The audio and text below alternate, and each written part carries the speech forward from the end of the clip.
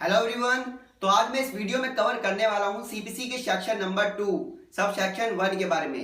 Code code क्या होता है और इसमें क्या क्या इंक्लूड होता है। तो चलो इसी के साथ स्टार्ट करते हैं। बेयर एक्ट की डेफिनेशन के अकॉर्डिंग कोड इंक्लूड्स रूल।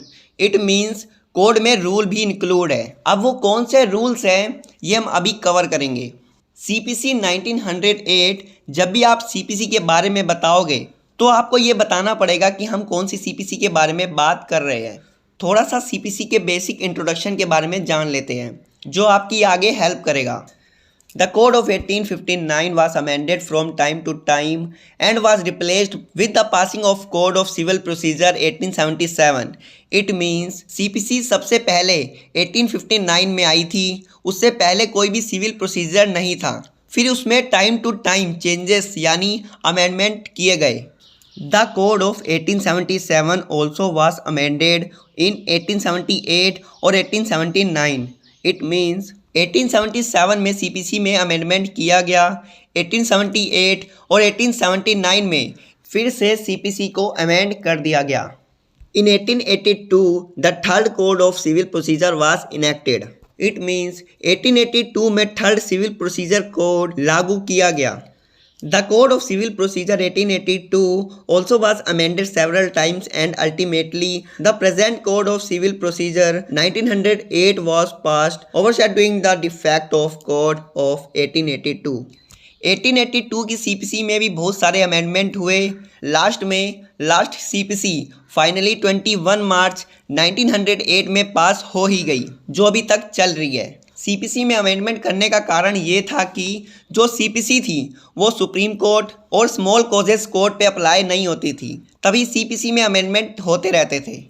जो 1909 का टाइम पीरियड था वहाँ से 1976 के टाइम पीरियड तक लगभग 30 बार सीपीसी में अमेंडमेंट किया गया।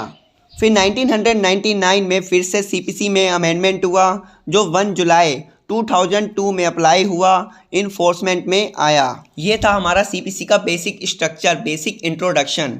एक बार शॉर्ट में रिपीट कर देता हूँ। जो सीपीसी 1859 में बनी थी उसमें टाइम टू टाइम चेंजेस किए गए। फिर उसकी जगह पर 1877 में सीपीसी पारित की गई। 1877 की संहिता में भी 1878 और 1879 में भी अमेंडमेंट किए गए। 1882 में third code of civil procedure लागू किया गया। 1882 की सीपीसी में भी बहुत सारे अमेंडमेंट हुए। फिर 21 मार्च 1908 में सीपीसी पास हुई जो 1 जुलाई 1909 में स्टार्ट हुई, इन्फोर्समेंट में आई। 1909 से 1976 तक लगभग 30 बार सीपीसी में अमेंडमेंट हुए। Last amendment of CPC was 1999 and it was commenced 1 जुलाई 2002। ये था हमारा सीपीसी का बेसिक स्ट्रक्चर, बेसिक इंट्रोडक्शन।